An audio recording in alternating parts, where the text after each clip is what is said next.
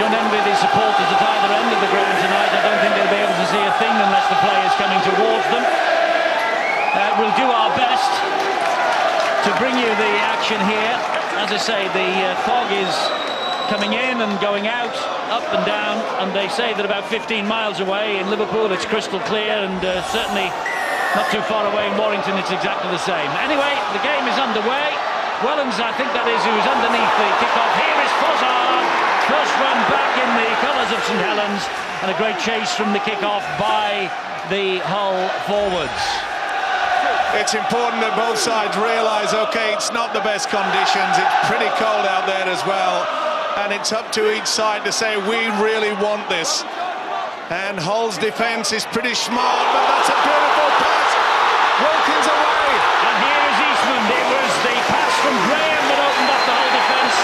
They got back quickly, though, and pulled him down. It was an excellent tackle in the end from Richard Whiting. And that ball eventually finds its way over the head almost of A.D. Gardner and out. Chance is gone. Certainly was. You can see the tip on there from Matt Gidley, but I'm afraid A.D. Gardner just wasn't tall enough to pull it in. But what about the break there? The little offload from the prop forward, James Graham, was nothing short of superb. Hull's defence in and around the ruck area was caught out, and Wilking raced through. To their credit, the black and whites got back in numbers. It's a very still night. We need a bit of wind, Steve-O. Start puffing and blowing, will you? Try and get rid of this fog for us.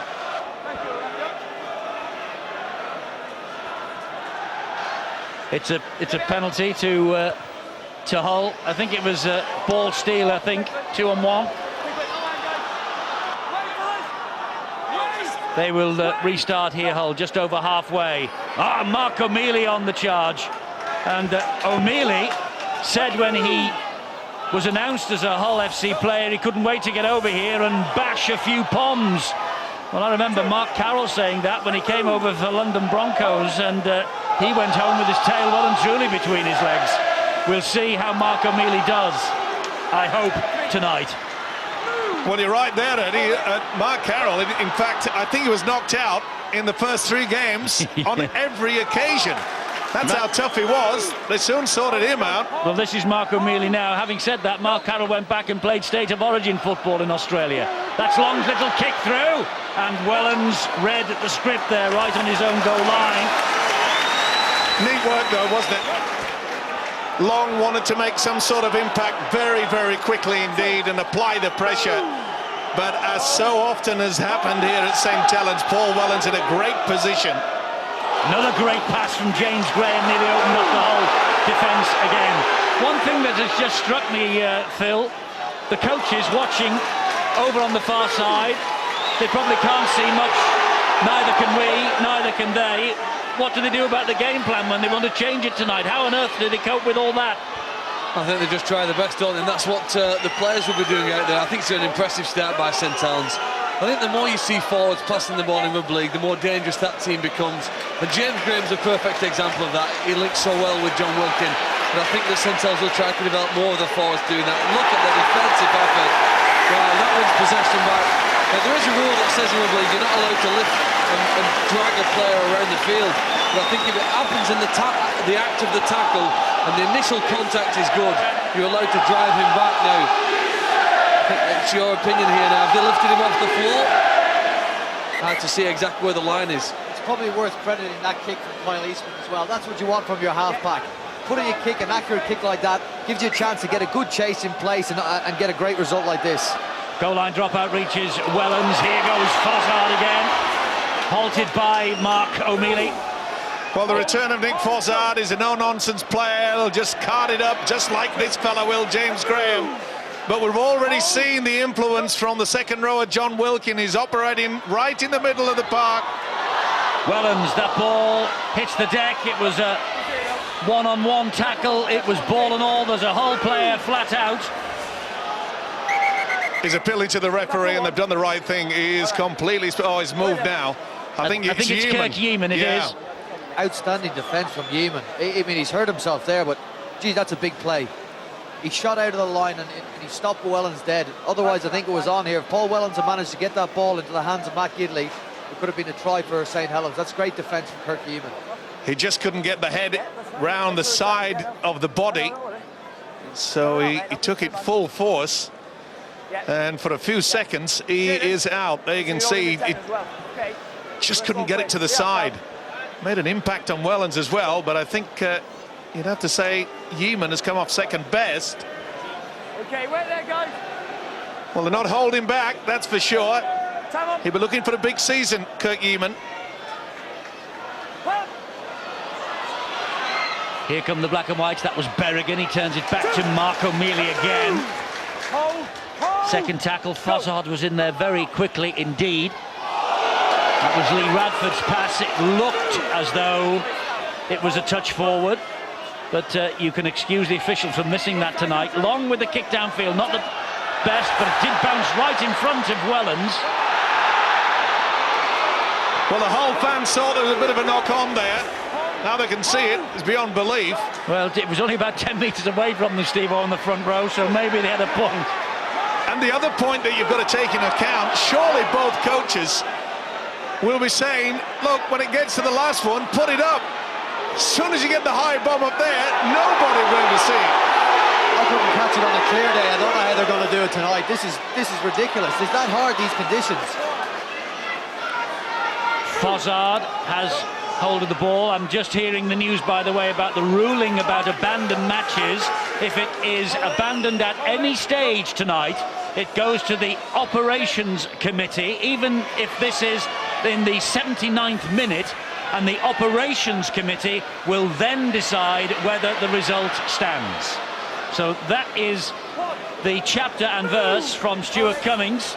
And even if the match is abandoned at the 79th minute tonight, you would imagine that the result would stand then. But if it abandoned at any other stage during the course of the game, it's up to the committee as to whether the result as it stands then will stand in the records. There you go. I think they've got to take into account if one side's 24 points in front, they've obviously got to give them Which the they points. will, Yeah, obviously. of course they will. But they won't announce tonight what happens, whether it stands or not. But let's hope we get through 80 minutes. It's again starting to lift slightly. You can now see over on the far side from here, from the commentary position. This is Radford. Here is Long, and Long with another kick over the top and behind Paul Wellens, and it runs dead. And again, that surprised me. The experience from this fella, Sean Long, that they did not attempt this high kick, because they're pretty low at the lights here. And if you get it very high, it's just going to be impossible. It's going to be a nightmare. It'll come at you with like a split second before you see it. You will. The coverage tonight on Sky Sports, we're trying to find the best camera angles to bring you the action a little bit clearer in your living rooms. Anything that can see the play, our director is cutting to tonight to make sure that we can see the ball, see the play, just like we can now. Here is Wellens. He skips through one, skips through two almost, but Berrigan is the man who pulls him down. This is Cunningham. Cunningham finds Eastman, and Eastman will take them on. He gets away from one, he gets away from two, and Eastman is on his way over the sideline. That's good play. There's that penalty. There's that new penalty. That's the new rule. Well, he wasn't dragged then. He was not dragged then. He was pushed and forced. Ben Thaler didn't give a penalty last week for almost the same thing. That's Sean Long dragging. That's what they're calling that Sean Long. We had the referees in during the week. I know it's touch and go, but they're calling that Sean Long dragging, and that's the interpretation they said they're going to go with this year. You're right, Brian. If he'd have just peeled away, it'd have been okay. He didn't. Here's another penalty for St. Helens, I think. Coming late, Craig. Bradford, I think I heard the referee saying you came in late. They're not going to take the chance of 2 points. They want 4. That's Fossard. I bet the touch judges are happy with that. Here's Cunningham. Now it's with Eastman again, I think. That's Pulatua.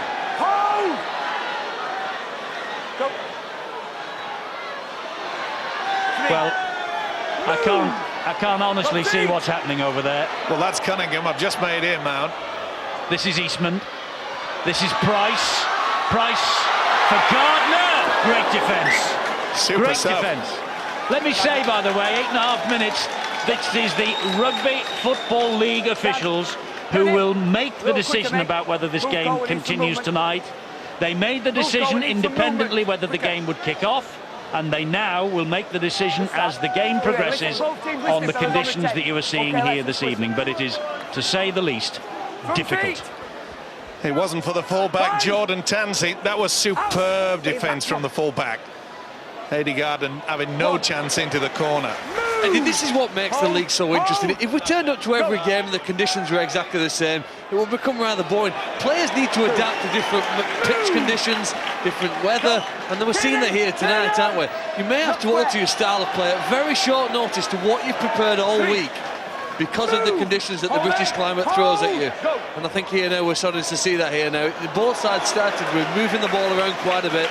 I think it's a rather more conservative effort here now in the last few minutes. I think there's no doubt about it. The players, well, they were honed, weren't they? They are athletes. They would have wanted to play this match. And at ground level, they can probably see each other without too much difficulty. It's the kicking's going to be a problem, kick reception as well. There it is, that's a deep kick. Wellens went for it, thought about it, and then let it bounce. Will run it back. I'll tell you what's an interesting ruling there. Because Fitzgibbon was in front of the kicker, Ben Thaler said he couldn't get involved in making that tackle. That's a slightly new interpretation in the sport as well. To allow the wingers and fullback of the receiving ball more time to run it back, Eddie. Great idea. Here's Graham. Well, it's been all St. Helens so far. They've had position and possession, but full credit to Hull. They've kept them out with some last-ditch attempts. Wilkin goes down on tackle number 4. Cunningham waits the dummy half, goes into centre field and finds Eastman. Eastman got the ball away to Leon Price, I think. This is almost impossible. Eastman again. High kick, looking for Eddie Gardner. Well, you're going to see plenty of that tonight because the ball comes out of the fog and it just drops. Well, it was let's toss a coin, see where it comes out, and Gardner tried his damnedest to knock it back. Looking to try and flick it back to Gidley, wasn't he? Yep, but they are the tactics. Now, can we see this visiting Hull side? Can they get the forwards working? It's very difficult against the St. Helens side, especially at home, that when you get the opposition in there, 6 play the balls, they don't get halfway to the halfway line. Tackle of the season so far from James Graham on Lee Radford. He felt it too. What a bell ringer. Look at this, if you can. Hey. This is Willie Manu, gets the ball away to Briscoe. Briscoe is grabbed by Gardner. The ball spills and goes backwards to Tansey. Here is Craig Fitzgibbon. Last tackle here for St. Helens. Gardner is in a bit of trouble with the ribs. Berrigan to Long. Long will spin it wide. That was Richard Horn. And it disappears over there into the mist. It's with Craig Hall. 6 to go. 6 to go, is it? Must be, because it was the last tackle. Even 6 to go. He's wiped the tackle game. Well, good job that Ben Thaler saw what happened, because we didn't. Here is Berrigan. No, Eddie Gardner. Here now is Manu. Eddie Gardner flat out. Hull attacking down this left-hand side. They're down at 12. Is in no man's land is Gardner. Long ball inside. Desperate defence. Hull supporters behind those posts thought that they had that down. Oh, great work from Wellens. He only has to get behind the white line. That's what he did. This is the last tackle. Dead. This set of 6. Kick through from Richard Horn. This could be close. Richard Horn has put the kick through. First knock on, he's called. No try. I think that's the turnover. Well, Saints are down to 12 men as well at the moment. They've got Eddie Gardner off the field. Here's the first knock on from Hull. Jordan Tansey it was before he was grounded in goal by Gary Wheeler. Gardner leaves the far side of the field with the club doctor. Yes, Gardner's in all sorts of strife. Bill. Eddie, the Saints bench struggling to see where Eddie Gardner was when he was initially injured, and they were peering into the gloom. They're on this side of the field. I have to say, you cannot see what's happening on that other side of the pitch down on ground level, and Gardner was over there, and they were literally squinting into the gloom to see where he was. That's a pretty good kick deep onto that left-hand corner. You've got good eyes to see that. And the chase was very, very good. Look, it's a very rugged whole pack, and I think if St. Helens can contain or do more than that with this whole pack, they've just got too much in the backs for this young whole. This is a very young whole back line, and I think there's too much experience in the St. Helens side. Whether or not the whole forwards can contain the likes of James Graham is yet to be seen. He's had a wonderful opening 15 minutes. He's mixed up his defence and his attack with short balls and just charging up himself. He's probably going to be the best, one of the best throwers, I'd say, in the world at the moment.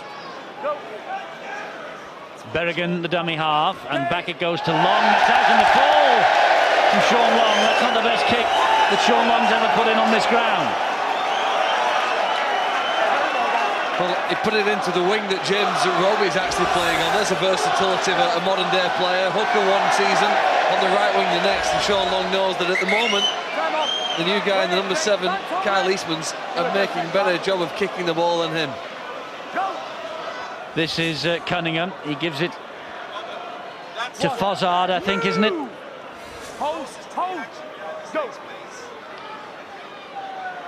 And that was Eastman, and he brings the ball back on the inside. That was a tackle that came in there from Fitzgibbon. This is Leon Price. Gets it away to Flannery. Flannery finds Gidley. St. Helens building the pressure on the whole line. Flannery, Graham, looking full of it tonight, James Graham. He certainly is. That's about the 4th or 5th time he's seeing first receiver. And Flannery has lost it. Penalty offside. Offside against Hull. They came out of the blocks very, very quickly indeed, and it was Sean Long that was just in front of the official. But the impressive way that Mick Potter, the Saints coach, is utilising the prop forward James Graham. We've seen it a few times over the couple of seasons, but he's taken control out there as a big fella. This is Gidley, and it's a big test again of this whole defence. Roby, and he fires the pass to Eastman. Eastman to Graham again. That's 2 tackles weathered by the whole defence. Saints 10 metres away. Cunningham gets the ball away to Eastman once more, and Eastman with Richard Horne on his back. Tried to duck underneath it there, but they were very quick. Richard Horne keeping an eagle eye out for him. Going this way, and it's with Roby, but he picked that up when he was almost kneeling down. He did well to get away from Briscoe, who recovered and made the tackle. Wellens, the dummy half, over the head of Eastman. Poor pass.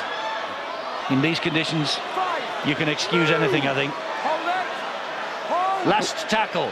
Well, Mick Potter, the Saints coach, obviously feels that Adi Gardner can come back on because they're sticking with the substitute James Roby out on the right wing. Well claimed that was by Jordan Tansey. It's a penalty against John Wilkin, I think.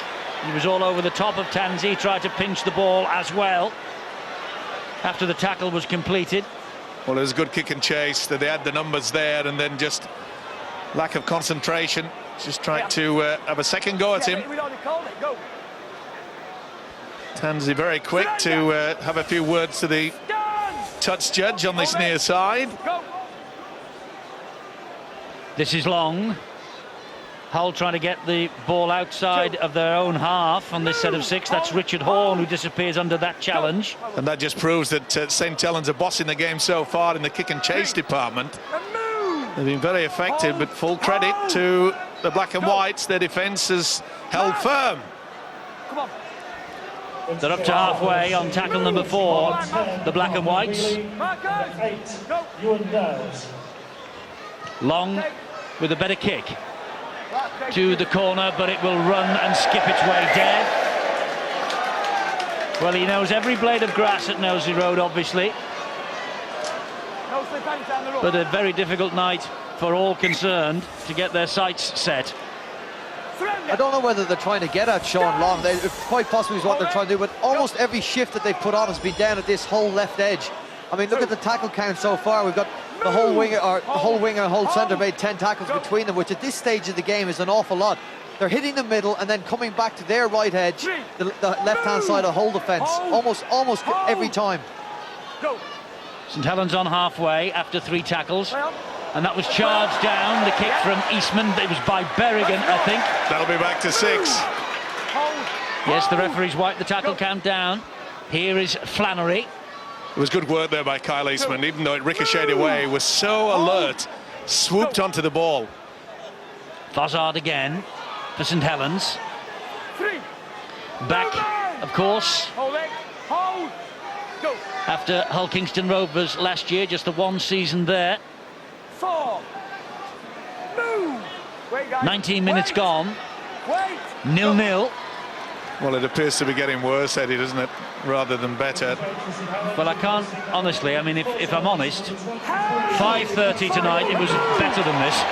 And they delayed the kick-off till 6 o'clock. And to be fair, the players are doing their best to give us something to enjoy. Well, it's probably worth pointing out, it's not as bad for the players as it is for the viewers on the side and the viewers at home and sort of here in the commentary box. I think that probably in rugby league you're never more than 20 metres from the ball, and there's at least a 20-metre visibility at present. There's a big argument there. Who's the game put on for? You'd have to think it's put on for these paying spectators or the TV viewers, you know, and if they can't see it, there's a strong argument to say, what's the point in playing the game? This is very, very difficult. I mean, when the camera shot goes out, we can't see anything. Well, David Campbell, the official, made it quite clear that it was what they can see in the stands behind, what the spectators can see behind the post, But I think not what the players can see. Isn't it now a decision for Ben Thaler? It is now his decision. He's out there, and as Phil says, he probably thinks it's okay because he's at ground level as well. He can see, and he can see that the players are coping with it. Well, I think it'd be David Campbell that get into his ear and say, well, he might do, and just say, but it's the referee's decision in its entirety now, I'm told. Yeah, it's up to Ben Thaler whether this game sees the 80 minutes or not. Berrigan, great run, scrambling little run. Well, that's Jordan Tansey. Here's Sean Long. That was good work there by the hooker Berrigan. You could see that Mori Fasabaloo was pretty slow to get into that marker position. Berrigan again, he got the ball away from dummy half. That's where they are on the last tackle from behind the goals, as you can see. And Wellens does well to claim the ball. It was a neat little kick there by the fullback Jordan Tansey. But time and time again, we keep mentioning it, Paul Wellens, his positional play, and Hull have wasted all that effort. Interesting, Cunningham leaves the field, Scott Moore comes on. This will be good. He had a great season last year, Scott Moore. I'm excited to see him in the St. Helens lineup. Good, smart person out of dummy half. Good player out of dummy half, Steve-O. I think you're right. I think Mick Potter, the coach, realises he needs a little bit more spark running from the dummy half position. Because they've caught Hull out a couple of times, not getting themselves sorted at the play the ball area. Big hit again.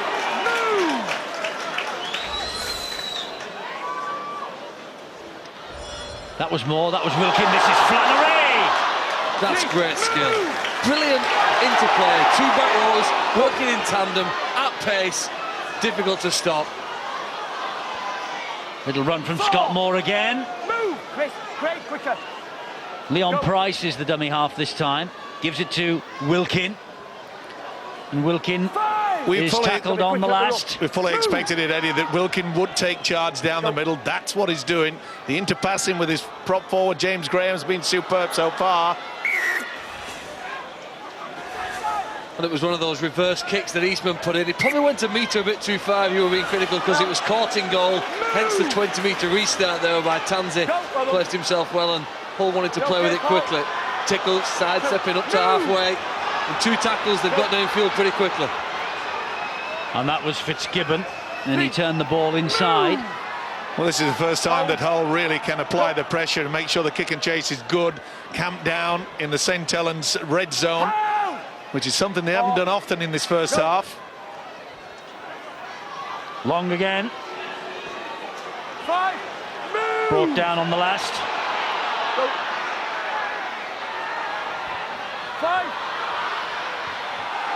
It's a kick through. It's a goal line dropout, I think. I think Gary Wheeler dealt with it very well. You know, there are a few players in Super League who are younger than the shirt number on the back. Gary Wheeler's one of them. and it's one who really impressed me. I think he scored 8 tries in his 11 games last year, and he positions himself well here to prevent one. Craig Hall right on his back. Time off. Well, that is the pressure that we were talking about in regards to the black and whites becoming serious. St. Helens are taking their time to get the drop out from underneath. It's not a bad one from Welland.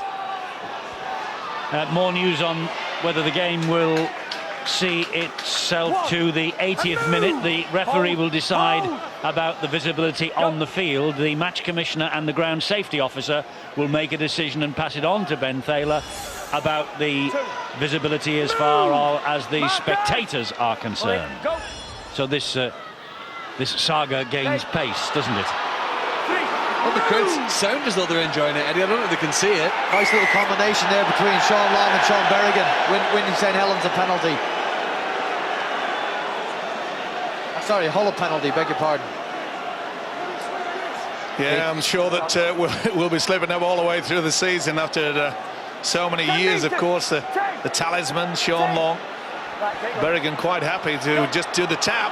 Yes, interesting that St. Helens have had kickable penalties, or penalties in kickable positions, and so too have Hull now. And they've decided on each occasion to tap and run it. Oh, he's dropped it as Berrigan. It doesn't matter, it's offside against St. Helens, right on their own line. It's an interesting decision. Everybody else said.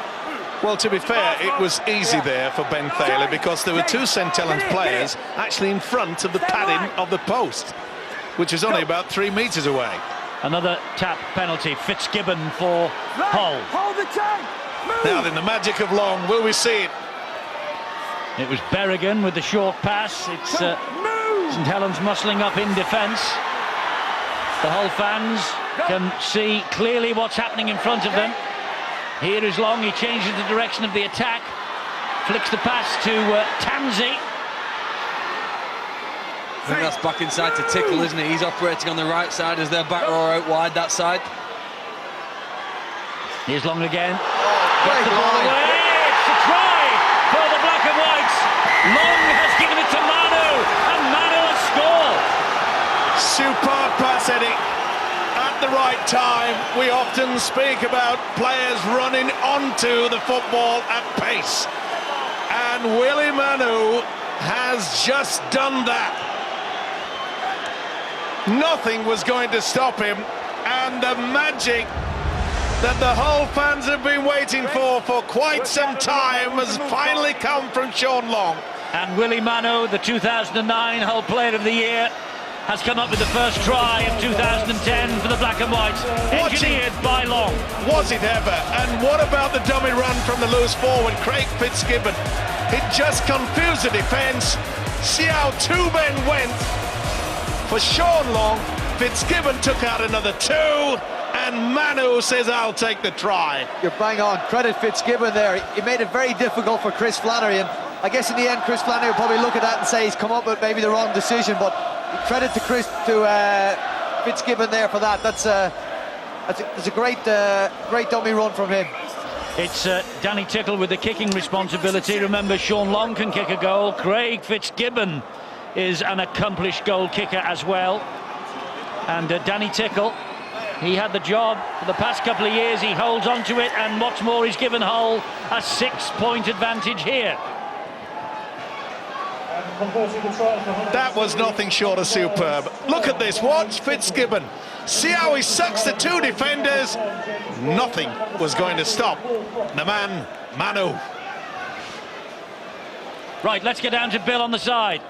Eddie, a big cheer from the Hull supporters when that passage of play eventually reached their end of the field, because that was the first they'd seen for some time. In fact, at one point before that, they were singing heartily, "What on earth is going on?" Well, it wasn't quite those words, but they were looking down the far end of the pitch and they couldn't see a thing. So when they got up that end, they were very happy. What on earth is going on? Gentlemen, should we sing that as well? Because we can hardly see it from up here. But as many shots as we can, we're giving you at home. Richard Ergo knows one thing, that he's potentially got a better attacking side here now, and that's one of the reasons I think why he brought Sean Long to the club. With Danny Tickle on the right-hand side and Willie Manu on the left, they've got 2 strike-back rowers who can cause damage, make a break and score a try. And Hull know if they want to make it to the playoffs this year, they have to be a better attacking team and score more tries. Long with the kick over the top. And that is a better kick, a much better kick from Long, because Wellens has to run it out and the black and white wall has arrived. And he goes down under the challenge from Manu. Tremendous work. 6 players, no less, was on that chase from Hull. Richard Agar has got him fired up for this.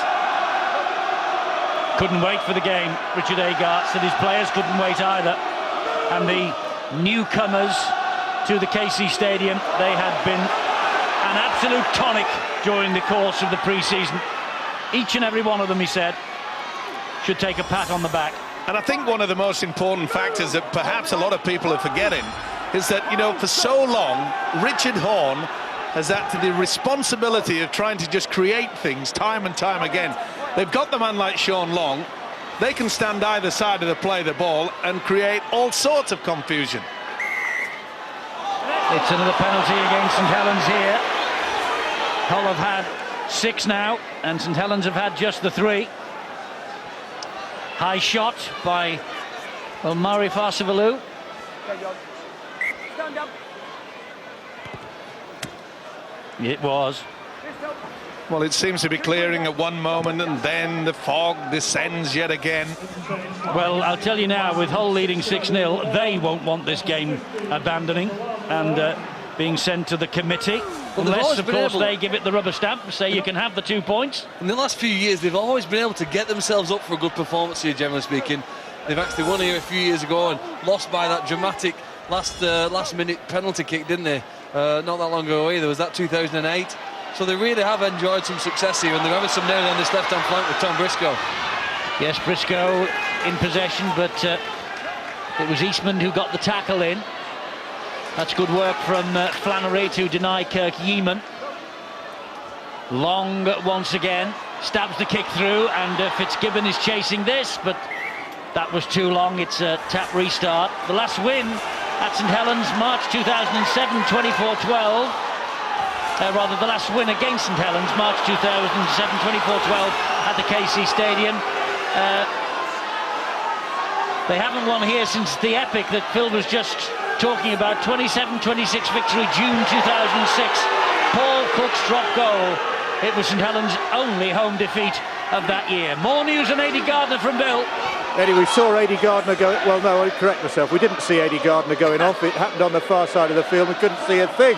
But Eddie Gardner emerged from the mist, clutching his ribs, and he has gone back to the dressing room. He went back to the dressing room for prolonged treatment. He's reappeared. It doesn't look as though he'll be continuing, though. And this is the way that Gardner got the injury.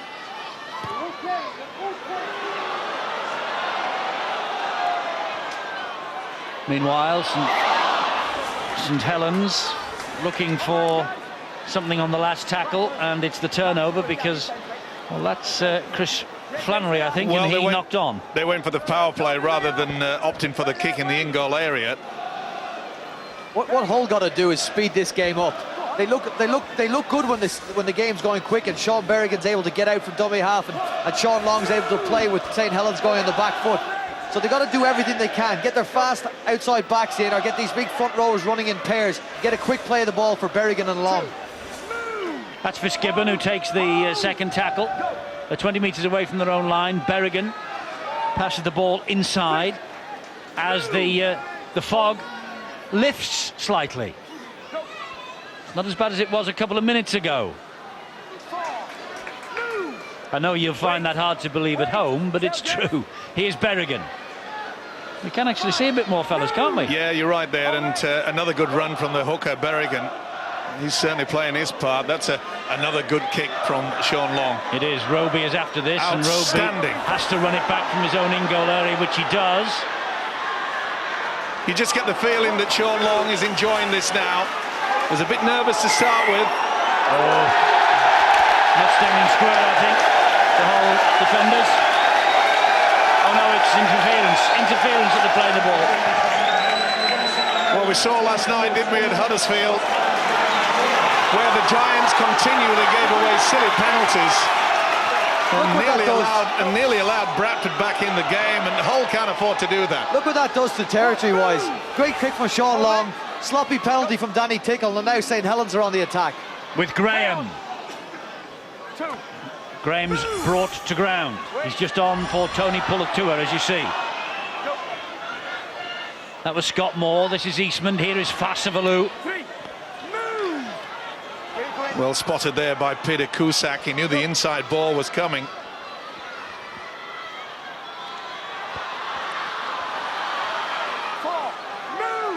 Soliola is brought to ground.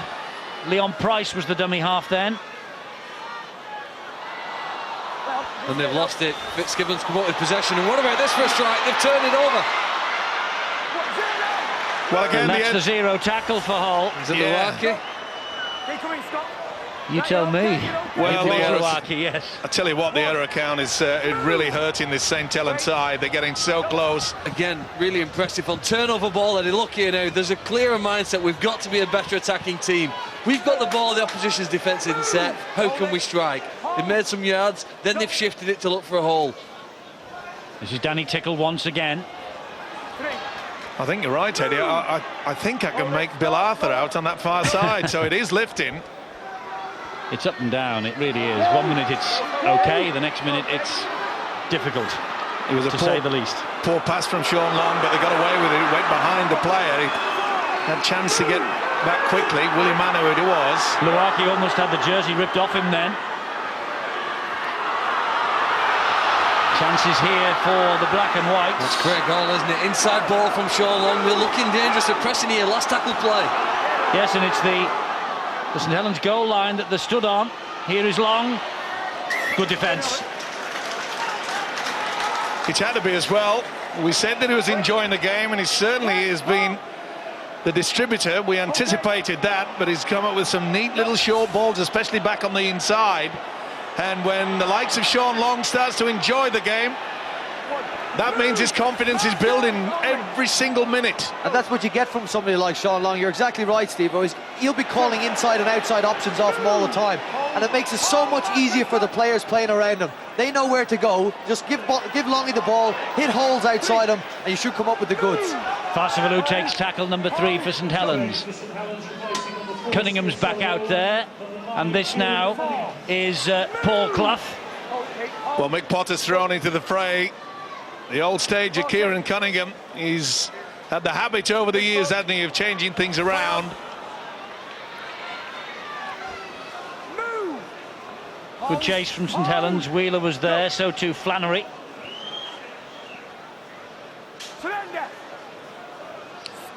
Fascinating, our game of rugby league in these conditions, and the players are really producing some top quality stuff.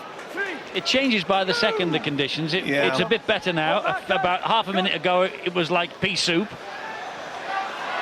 Great run here, tremendous run from Berrigan. Just couldn't get the pass away. Look for somebody coming in support. They were all outside of him. Long is the dummy half. Here is Fitzgibbon. Back it comes on the inside to Tickle. Berrigan again, 6 metres away. Long with the kick, it ricochets off, comes back, and it goes back again off Tansey. Oh, it's back to 6. Yes, he wipes the tackle count down, does the referee, Ben Taylor. Long. He'll settle things down with Long, don't worry about that. He knows the value of possession. Good thinking, run from dummy half, just calm things. Berrigan finds Fitzgibbon, straightens it up. Well, they've been utilising the inside pass. Will they do it yet again? Where's Tansey? Berrigan. That was Richard Horn who got the ball away. Strong run again. Try, I think, from Luaki. Try is given to Luaki. Well, he brushed off Leon Price as though it was a mosquito in South Africa. Bang! Get out of the way. I know it's not conditions for mosquitoes, but he just brushed him away. Leon Price went far too high on the big fella, and he had the wherewithal to reach out. An amazing stretch.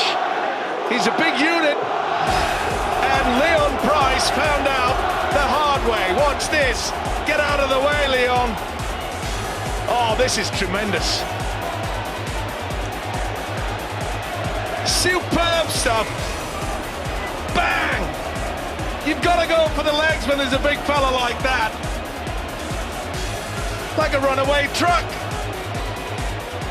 Top gear too. Price went into reverse and he took the paw. Oh boy, they're happy.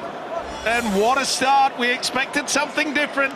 We expected something good from the black and whites, and they are absolutely stunned at the Saints players. Well, Richard Agar has reshaped his team this year, plus his backroom staff. Dennis Moore at 55 is his assistant coach. He's from Manly. And, well, so far, the reshaped side in the murk and the mist and the fog at St. Helens is reaping rich rewards. What about the footwork from Luaki there? Done a bit of everything. That's very, very difficult to try and defend somebody that big and that quick and that strong out so wide. Is that dancing on ice? Dancing in smog.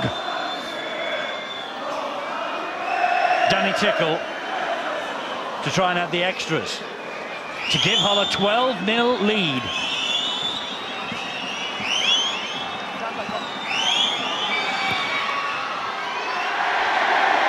And 12-0 it is. Manu's try, Luaki's try, Tickle's 2 goals, Saints 0, Hull 12. There's Price, watch him go backwards and watch the other bloke go forwards. Oh, they're trying to battle him, couldn't stop him.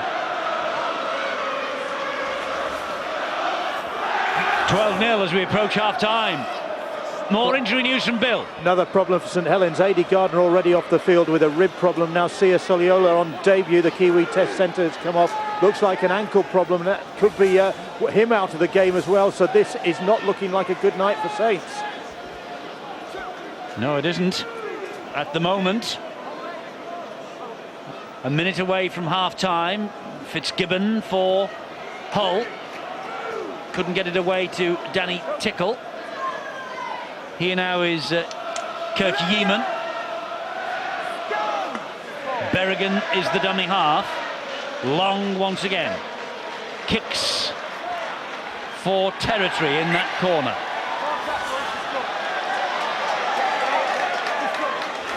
It's ball back. The ball went out on the full. Went out on the full, did it? You got good eyes, Phil. I'm just reading a bit of body language with players running back to the halfway line. I must say, it is very, very difficult. It reminds me of a game that was played at Otzel many, many years ago, and it was when the Australian touring side was there. It was so foggy, Eddie, that the winger on the far side didn't realise the half-time whistle had blown, and the entire Australian side went in for 10 minutes into the dressing room, and when they came back out, the winger says, "Where you all been?" And he said, "We've been in a half-time break." He never heard it. He was out there for the full 10 minutes. Well, I don't think that will happen tonight. Nice kick from Eastman, though, looking for Roby. Finds Roby! Roby gets the ball away! And they drop the ball, drop the opportunity. Wonderful defence on Scott Moore from Kirk Yeeman. Oh, this was superb from Roby. And look at that. The support play was there, and Yeeman knocks it out. And that's half-time. Great work from Yeeman. Well, a tremendous first half from the black and whites of Hull as Saints leave the field. Hull come off all together, and they lead here by 12 points to 0. It was nip and tuck for 27 minutes. Then Willie Manu got over for a try. 11 minutes later, Luaki got over for the second try. Kickle has kicked both goals, and Hull lead here by 12-0.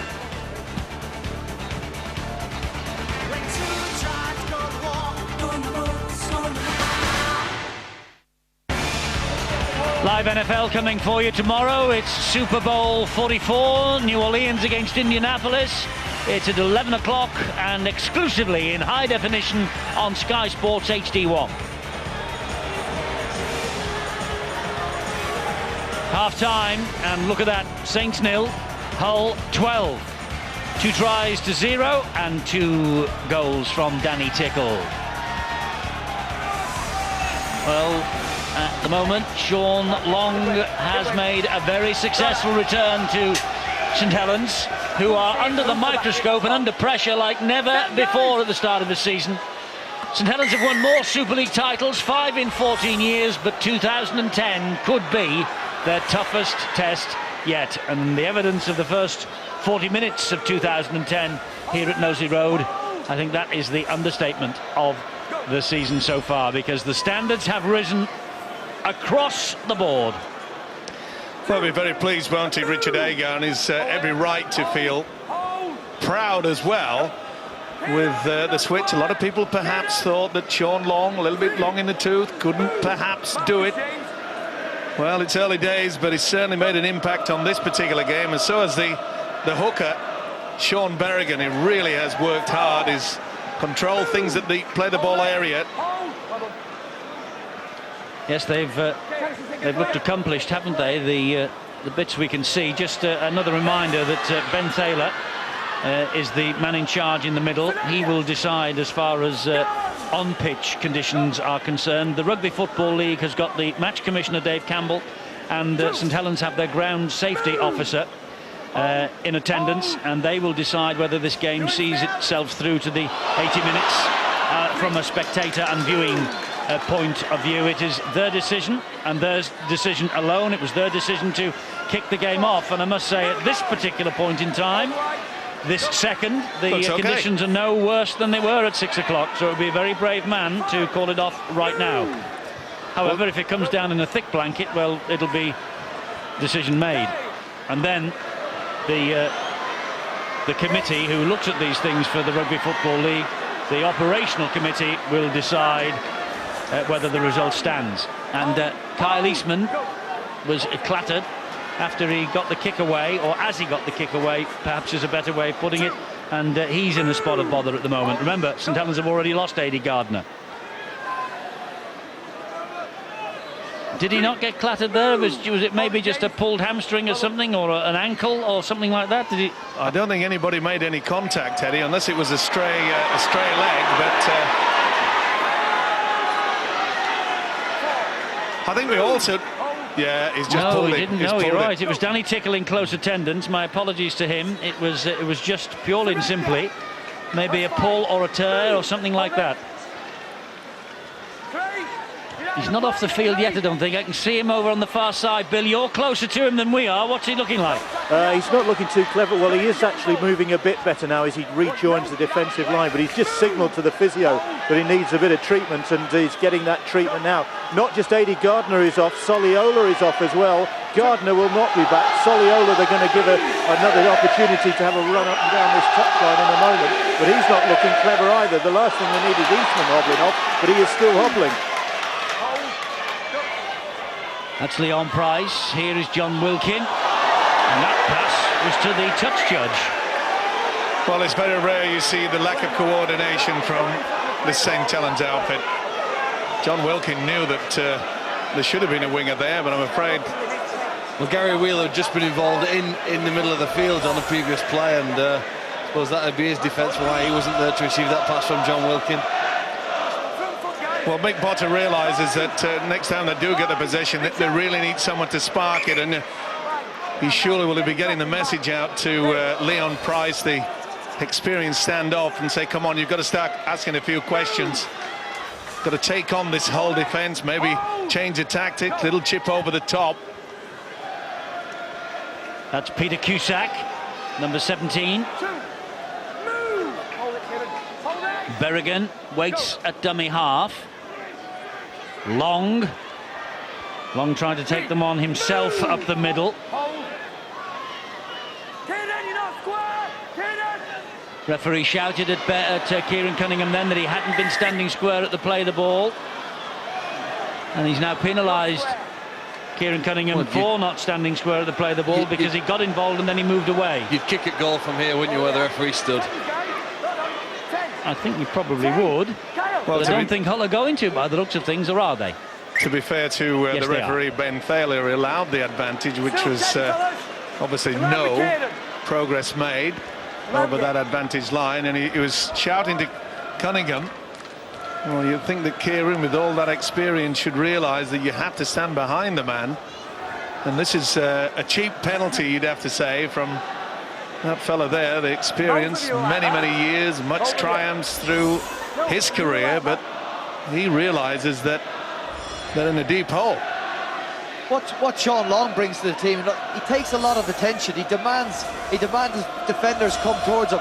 It's giving Richard Horne a lot of space, and I think it could really help Richard Horne kick on as a player this year, having Sean Long in the side. Watch how many defenders he attracts, even when he doesn't get the ball. So it should free up a little more space for Richard Horne. This is Danny Tickle now with the chance to add 2 more points from the penalty given against Kieran Cunningham for not standing square. And Danny Tickle duly obliges. Hull increased the lead to 14 points. Just a word about Kieran Cunningham, who was penalised there. It's his 499th career appearance tonight. And very few in conditions like this, I think, over the past 15 years in Super League. This is my last season, he says. Young Player of the Year way back in 1996. And a contender, even in the opening week of the season, a contender for Man of Steel 2010. He has to be, you would think. Mind you, he has had to be, you would think, over the course of many of those 15 years, but he's never got a sniff. Well, it's very early days. Obviously, you can't write them off, but I have been disappointed by the fact that when St. Helens, they started the explosive stuff in the opening 10-15 minutes, made a few breaks, but from there on in, Hull have just controlled this game. The kick and chase has been superb, as we've mentioned so many times. The defence and his offload there is superb. This is Richard Horne. He has Sean Long in support, and Long comes back to haunt St. Helens. The crowd at the other end didn't realise it for a moment. I don't know if they know who has scored, but it is Sean Long. The break was magnificent, the support from Horne, and Long, as he has done here for 12 trophy-laden years, was the man in the right place at the right time in support, and Long crowns his comeback to Knowsley Road with a try that just might push Hull towards the first 2 points on the league ladder for them this season, and a big smile. Well, I don't know who is the mayor of Hull at the moment, but I reckon that gold chain might be just swapped very shortly indeed. Back on the inside, Horne just absolutely laid on a superb pass. It was outstanding, wasn't it? The little flick and then back in. Keep your cool. It's a dream. Well, we're all allowed to guess. I'm going to go for Danny Tickle with a break down the middle of the ruck and the one-handed offload out to the back. We might get another angle from it soon, but it was a fantastic run, wasn't it? Penetrating around that soft spot in the middle of the field. Sean Long knows it's happy days. It's happy days, and what's more, he is a hero in East Yorkshire already. And Tickle adds 2 more points. 20 points to 0. Sean Long's try. You couldn't have written the script, could you? Yeah, it looks like Tickle, you're right, but look out, well Richard Horne. Either way, whoever it is, it was a black and white. And that man there has come back to haunt his former club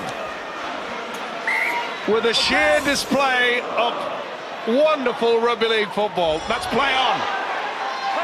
It is, and James Graham got it. And here now comes St. Helens on the counter-attack. Well, they've nothing to lose now, Saints. Mick Potter's got to get the message out. Take them on. Kyle Eastman, forget about being first receiver. You've got to ask a few questions. So has the halfback partner, Leon Price. This is a time to stand up, fellas, if you want to get back into this game.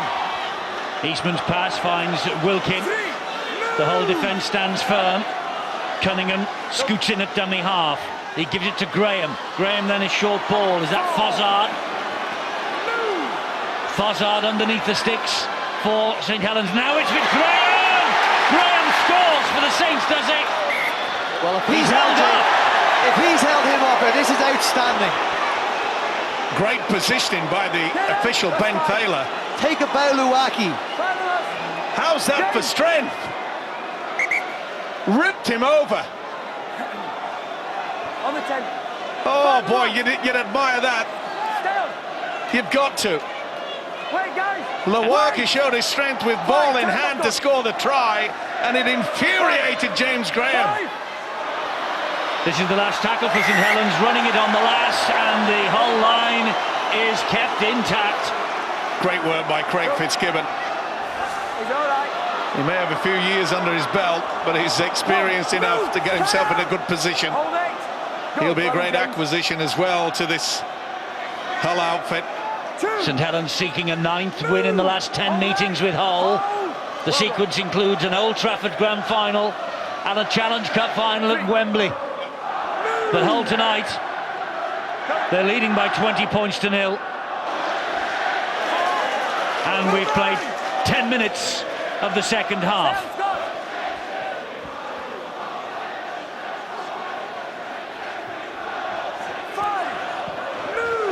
Hold it, Nick.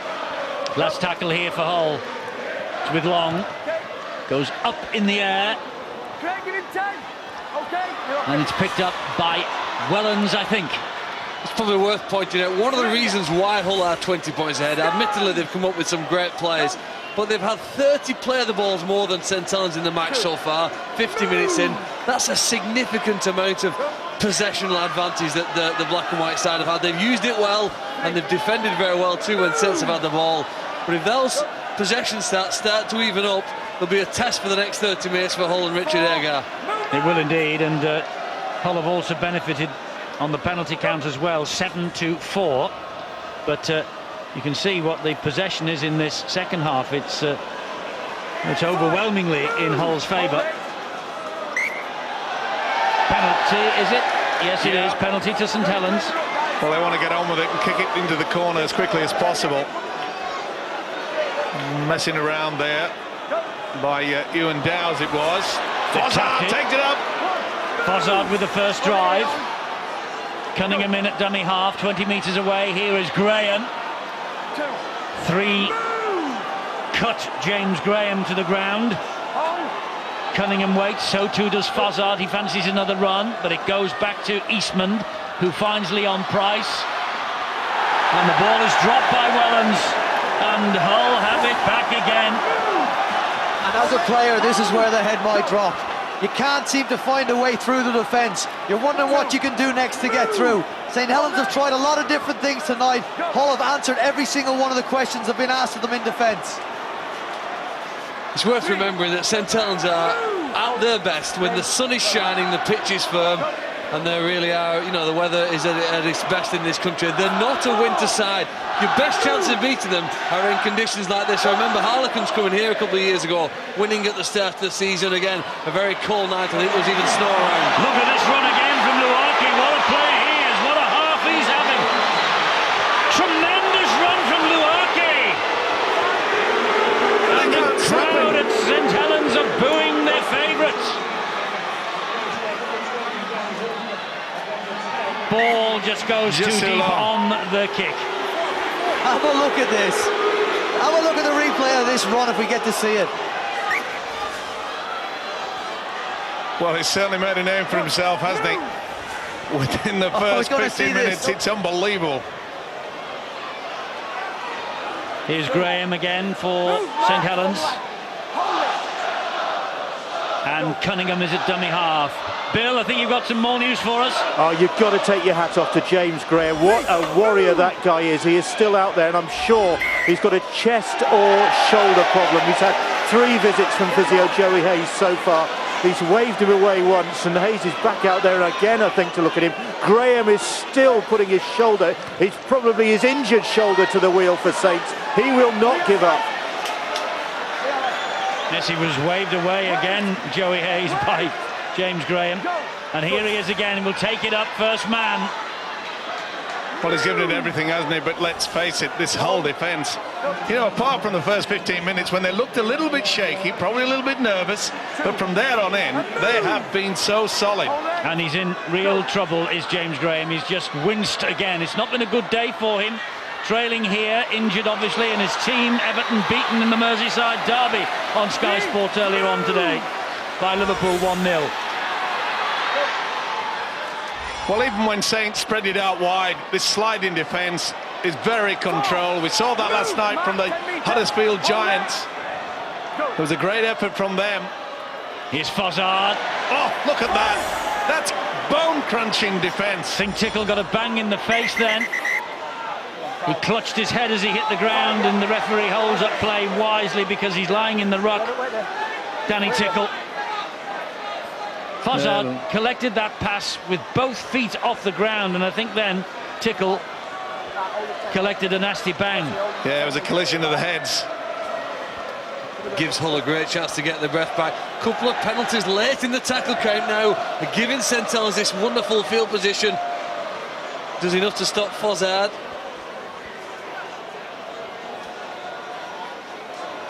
What are we here now on the try line, and the 2 tackles left in this set. Massive moment in the match here, massive. If Saints get a sniff here with the try, they'll come like the cavalry charging over the hill. Well, we've seen it so many times, Phil, haven't we?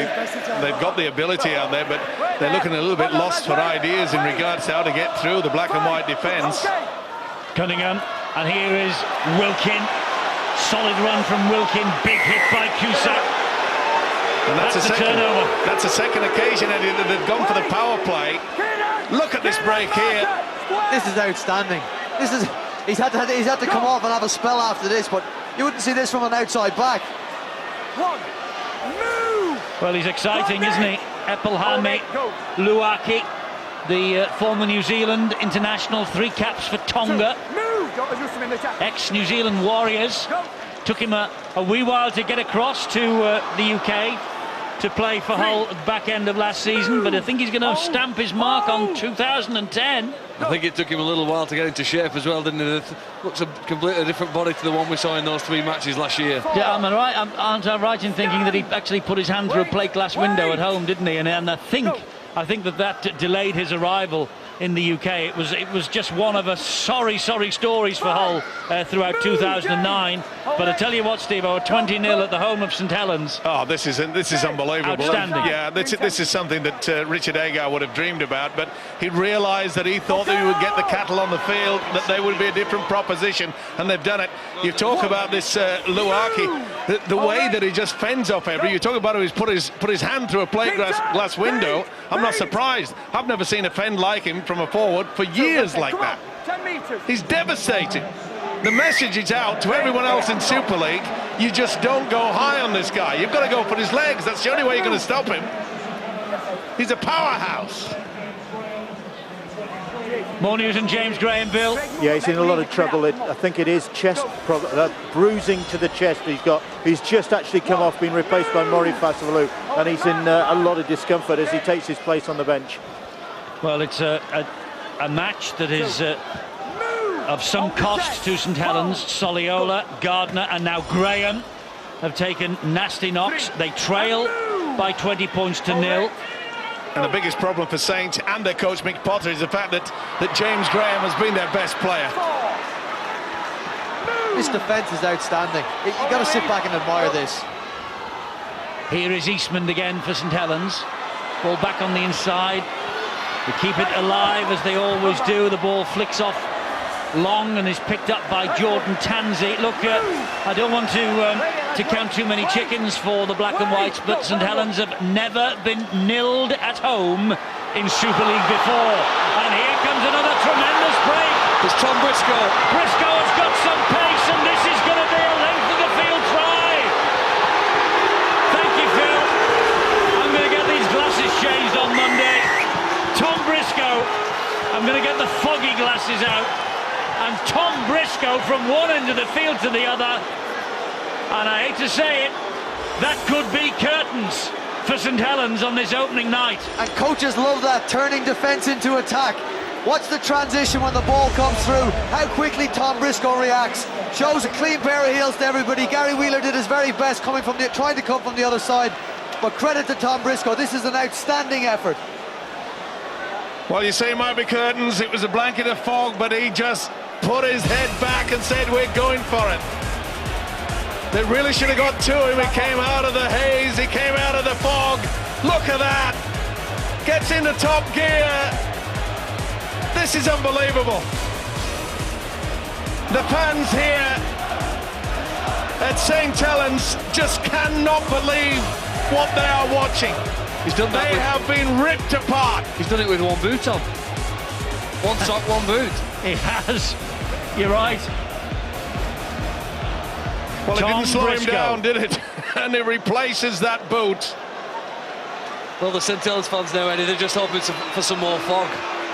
Obviously, the scoreboard's going against them. They think they've given up on the team. Well, The Crows here now for some more fog. I think the Phil, even match if abandoned is their best Even hope. if the fog came down, it goes to the operationals committee, and this result will stand at 24-0. Oh, Are Eddie, you would on the think so. operational committee now? You would think so. you could take it to the European, couldn't you? It didn't matter. The European Court of Whole Europe- Rights. Court of Justice, it wouldn't matter. They'd get turned down. The black and whites have got this one wrapped up, and they fully deserve it. Fitzgibbon has taken over the kicking responsibility with Tickle injured. And he got that nasty bang in the face. And he's kicked his first goal in Hull's colours. 26 points to 0.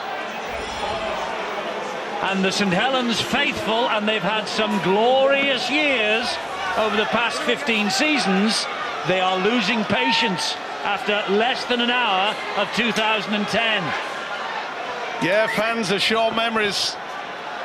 And that's That a is short for sure. kick-off. Yeah. And Tansey has collected it. And It's it's a a knock-on. knock-on, though, and St. Helens will have head and feed. Heaviest defeats in Super League previously, both by Wigan. 65-12 in 1997, 42-4 in September 2000. Still over 20 minutes to go. They, of course, are the heaviest home defeats in Super League for St. Helens. This is not proving to be a great night for the Saints. 3 players injured and a 26-0 scoreline against them. Did you see how that whole defence came out of the line? Big over. Quicksilver, bang, straight into them. They're all over them. They've given them very little room to move. This is outstanding. Farsavalou. Ewan Dowes was in there.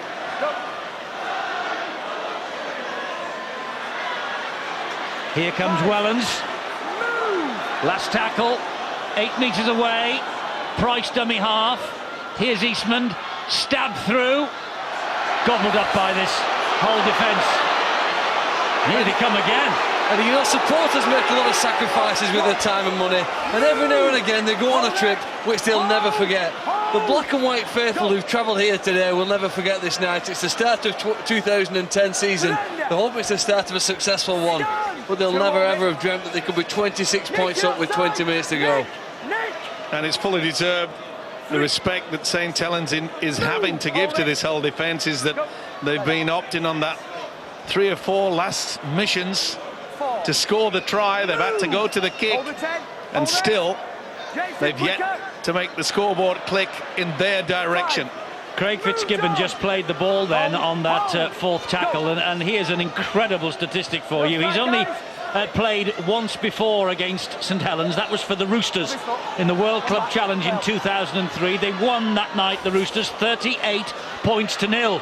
Here he is playing his first match in the colours of Hull, and look at the scoreline, 26 points to 0. Not you. It's not all Hull's one-way traffic, though. Some injury news from the black and white camp. Bill?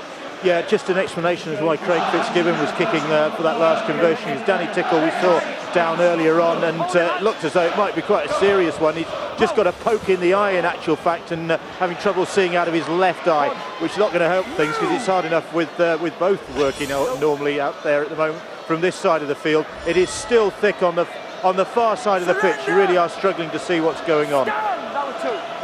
Yes, well, we're having the same problem this side. Bill, don't worry about that. But we can now see, because this is Leon Price, who's close to us. Well, I have to say, Eddie, I posed the question yesterday. I posed it again just before this match kicked off. how would Mick Potter, the Saints coach, utilise the man out there, the youngster, Kyle Eastman? I wanted him to be productive, yes, but I also wanted to have the bit of spark, and all he's trying to do is get first receiver and get the others getting over the advantage line. He really hasn't caused the whole defence any problems at all. Wilkins kick to the corner, looking for Wheeler, and that's off the fingertips of the winger Craig Hall. It's a goal line dropout, a bit of St. Helens pressure coming in here then. He did well, did Hall, and he took the right option. You don't take a gamble, not when you're leading 26-0. You just say, okay, we've got to drop out, they'll get the possession. Away at Widnes on loan last year, he won a Northern Rail Cup winners medal with the Widnes Vikings. Well, 26-0, Eddie. Richard Agar should have a huge smile on his face, but he realises it's still a long way to go. He'll be happy, he'll be pleased. Well, this is only the start. I know, he won't be getting carried away. This is only the start for Richard Agar and Hull, but there has been a lot of people talking about the black and whites throughout the course of the winter, looking at the signings, saying they're going to go well. And who was it on Boots and All on Wednesday who tipped them to go all the way this year? It was our learned friend, wasn't it? Phil Clark. I don't mind you saying that. I don't often get it right. It is Oh, Eastman. that's a great ball to Eastman. That's a great tackle, though, by Jordan Tansey. That's got to be a penalty. He had a second goal. He's given it. He allowed the advantage to Ben Thaler. That's good Oh, refereeing. it's in the bin. Jordan Tansey's in the sin bin. And it's a professional foul. It's every right to do that. I know it's early in the season, but I'm going to say we've had a referee tonight that has been absolutely spot on.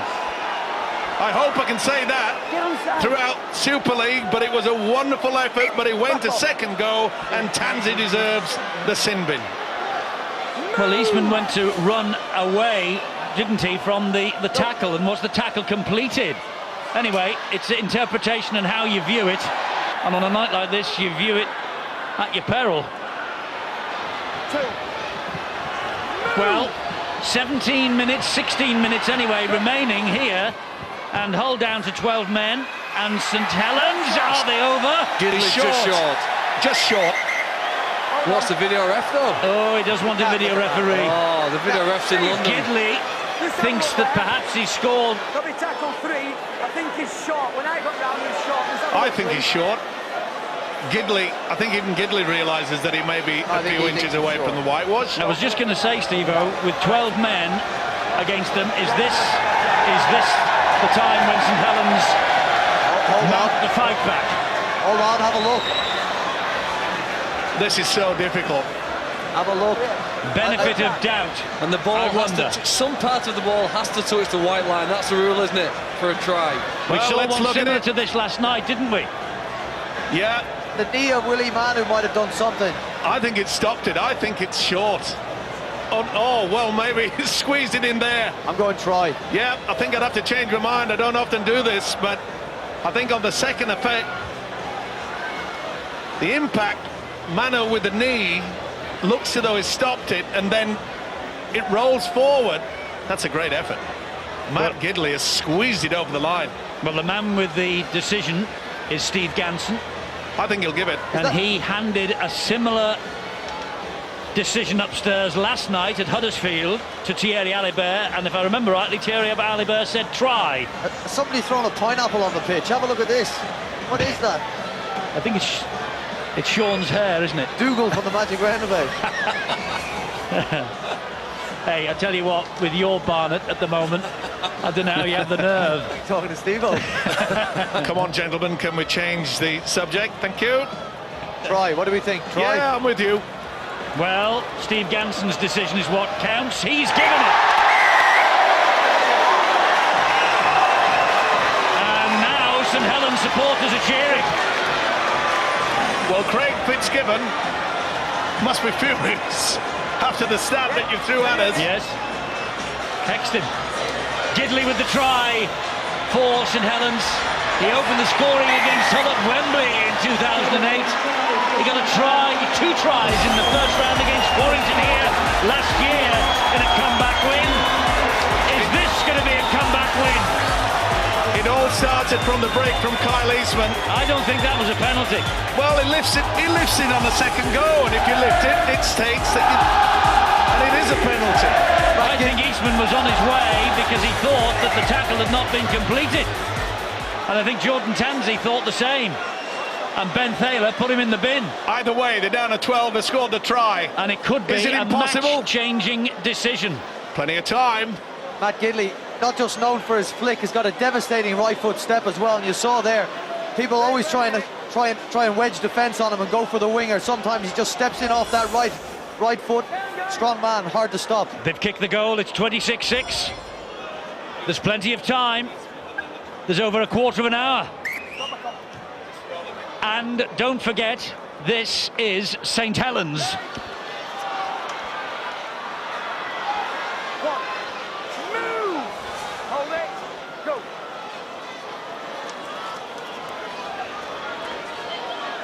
Hull will be desperate to make sure that St. Helens do not get on one of their famous rolls. Well, Richard Agar, the coach, will just get the message out, and they'll realise with Hull that they've just got to make sure that there's strong line of defence, which has been so good nearly throughout this game. But there's Leon Price. Suddenly he's got a bit excited. He's moving over the advantage line. Well, suddenly they have a belief that perhaps something's on here. That's a high kick. And it's come out. It's still the last tackle, says the referee. There's the kick again. He's looking for Gary Wheeler. And it's picked up by Richard Whiting, who is tackled by his opposite number, Gary Wheeler. He did very well to cover two parts of the field there, Richard Whiting. Again, a player with great utility value for the whole club, and has been for several years. Down to 12 men, he was helping out midfield and then came back over to the right where the kick went through. Saints 14 minutes away from starting 2010 with a home defeat. They were beaten here 4 times last year. In their table-topping years, there were 6 of them in all. They were virtually invincible on this ground. This is their last year on this ground. And Hull are 26-6 up. Okay, kick it clear. And the kick finds... Oh, it's a knock-on by Wellens. Oh, I can't believe it. He's normally safe as houses. And Wellens, he was facing away. He had his body in the right direction, but then drags it back. Look at this. He's furious with himself. Very rare you see that. Like you say, you almost never see that, Steve-O. It's just going to be one of them days. I think when you see Paul Wellens do something as unusual as that, it just might be one of them days. Just keep an eye on Lee Radford and Lee Radford's effort in defence. He epitomises everything that Hull have been about tonight. He's tremendous. Yes, bitterly disappointed to lose the captaincy to Sean Long, but says it makes sense. And he's a leader on the field anyway, Radford. I think that was the point that Sean Long was making in the interview pre the match. There's enough leaders out there. He'll be Sean Long is the captain with the armband, but there are leaders all over the park. Well, he is the leader of the pack. It's as simple as that. And he's done a fine sterling effort tonight. This is Richard Whiting for Hull underneath the tackle of Nick Fozzard. Ooh, that's an awful play, the ball. And it's deemed to be a knock-on. Well, they haven't come up with many errors in this second half. But there's one of them. From their point of view, when they make the error, it's 10 metres away from the St. Helens posts. Yeah, it's in a good position. That they should be very pleased with themselves. An all-round performance where everybody has just dug in. They've worked as a unit. They've shared the workload as well. And the substitutions from Richard Agar has been very well balanced. He's been very active in the close season with his signings. Long, Fitzgibbon, O'Malley here, of course. Jordan Turner signed from Salford. They really do look stronger than this time last year, don't they? And this scoreline says it all. Yeah, and the freedom that we spoke about in just giving Richard Horne, taking away a little bit of the responsibility, or should we say a lot of responsibility. And Sean Long's that type of player. You just sort of felt that this was going to be the day, wasn't it? The return of the hero. Well, here's the apprentice, and he gets the ball away to Leon Price, but Richard Whiting was on him in a flash. as well as their Quicksilver attack. Hull's defence has been pretty solid tonight so far. Here's Cunningham though. And their fitness levels, they look very, very high indeed. The way that they are coming as a unit, they're not just trotting through, they want to get involved. That's a great ball. It's Flannery, and the comeback is maybe on, and is maybe gathering pace. What a fabulous pass from Wilkin it was that opened up the Hull defence.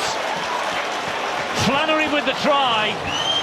Suddenly the crowd underneath us are applauding, and suddenly there's a belief out there in the fog. Well, I put the marker on this whole defence. The first time that they have hesitated, instead of going as a unit, they take 2 steps and stop and say, where's he going? Tell you where he is. His number 13, his name's Flannery, and he's gone over for a try. Don't tell me we can have it. You never know.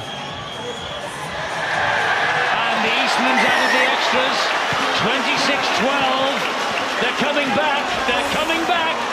Well, in a sport where every second counts, I think Kyle Eastman's done a remarkable job there to tee that ball up and kick what was a very difficult conversion, to get the extra 2 points, but to keep the clock ticking. And St. Helens, and anybody who's watched them for the last 3 or 4 years would know, very often score back-to-back tries here. In the next 6 plays, they look for that quick play of the ball, and they all come flooding at you. White jerseys all around the ball. This is a difficult 1 minute here now. Here's Farsavalu to drive it forward. They've got to test their arm, they've got to try everything, and they've got to try to launch something from deep, because Hull perhaps will not be expecting that. Now then, big question for Richard Agard. Does he go into close-down mode, kick and chase, which has been effective throughout this game? That's what I would be doing. Never mind being fancy and scoring extra points. Hang on for this. They've got enough on the board as far as I'm concerned. Good run there from Pulatua. This is Price. And here is Eastman taking the line on. Berrigan was in there. Wilkin again, another good ball to Flannery, but Whiting watched it all the way with Fitzgibbon. That's the last tackle. 40 metres away from the Hull line. Little dink over the top, but well read by Whiting. Johnny on the spot. Not only is he being solid in defence, he realised what was happening there. Let's bear in mind they're down to 12 men as well. I think what's left on the sin bin clock, do we know? They'll need to get Tansey back on the field as soon as possible. In the last minute of the sin bin, we think it's Jordan Tansey, but it's been an expensive stint on the sideline, hasn't it? 2 tries. Here's Fitzgibbon again. Apparently, over there on the far side, gentlemen, Jordan Tansey is on the touchline, waiting to come into the action as Danny Houghton drives it forward. Surely they'll go on the blind side for the kick, which they do. Long. It bounces through for Long, but Eastman has it for St. Helens. Here comes the counter. It's Roby. They've switched from defence to attack as they do so often. Suddenly Hull look a little bit vulnerable. Here is Wilkin. Poor pass. Bounces and finds Price. This is Flannery. Here's Gary Wheeler. Wheeler cuts inside. Flannery to Farsavalu. Farsavalu driving for the line. All of a sudden, Kyle Eastman's come alive over the last 8 minutes. Cunningham. Oh, Price picked up by Craig Hall. And Craig Hall will go the length of the field, will he? Gidley's after him. Oh, great tackle by Wheeler. Wonderful stuff there by Wheeler. He shouted at Gidley, come across him, force him back on the inside, I've got him numbered. That was great work there. That was Long at dummy half. That's Horn, I think, with a kick to the corner. And that will be a goal line dropout. Great play. They don't have to score. That's a great play from Richard Horn. Not only that, on the second tackle as well. Instead of just eating up the clock, just put them on the pressure. Wasn't the best pass to Leon Price. And look here, watch Wheeler, he's shouting. He's saying, you take that, let's force him in, I've got him. Great combination. Short dropout. that wasn't inside the 10. Oh, that was not outside the 10, and it's a penalty underneath the sticks. There we go. For Hull. Well, it was worth a try. He looked as though he was almost over the white line. Well, I think he's been badly done to it here. He leapt from the other side of the 10-metre line. But does the ball break the white line? That once the ball breaks 10 metres? Well, Yeah, I wonder whether it... No, I think he's touched it inside the 10 and he's knocked it forward and collected it. It's a difficult decision. It's a big one from the touch judge there. That was slide rule stuff. They ran it. They haven't gone for the 2. The ball has come back. This is Long again. He's given it to Fitzgibbon. They're just winding the clock down, aren't they? That ball was stolen. They'll take the 2 now. I don't think they will. Will they? Yeah, of course they will. Each up at least a minute.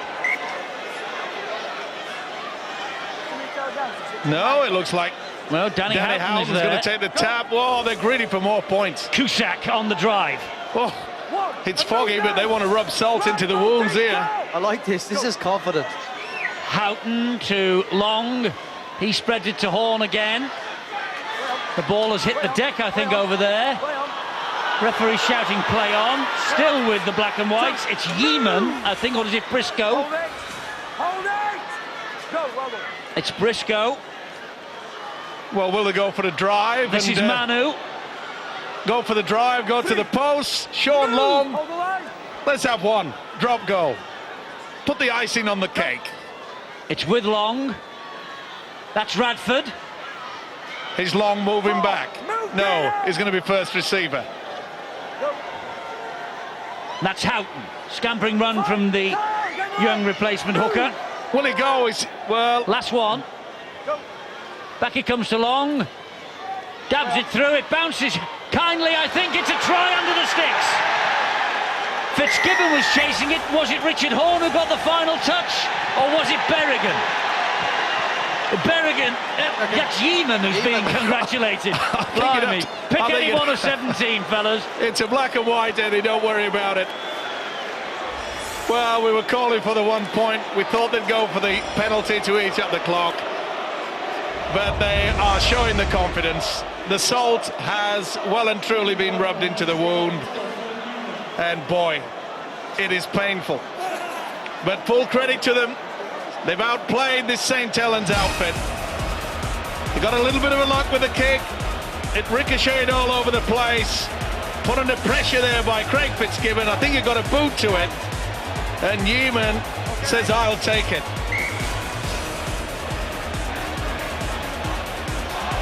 It's a rout. Courtesy of this man. Yeeman's try right under the post. Fitzgibbon. And it will be Old Faithful that will be ringing round this ground tonight. Not when the Saints go marching in. Fitzgibbon adds the extra points. It's 32-12. And Hull's season is up and running with a vengeance. The decision there, Eddie, not to take those 2 points, it tells you something that we can't often read from up here in the commentary box or when you're on the terraces, is the confidence that's running throughout that team. Everything says take the 2, take the 2.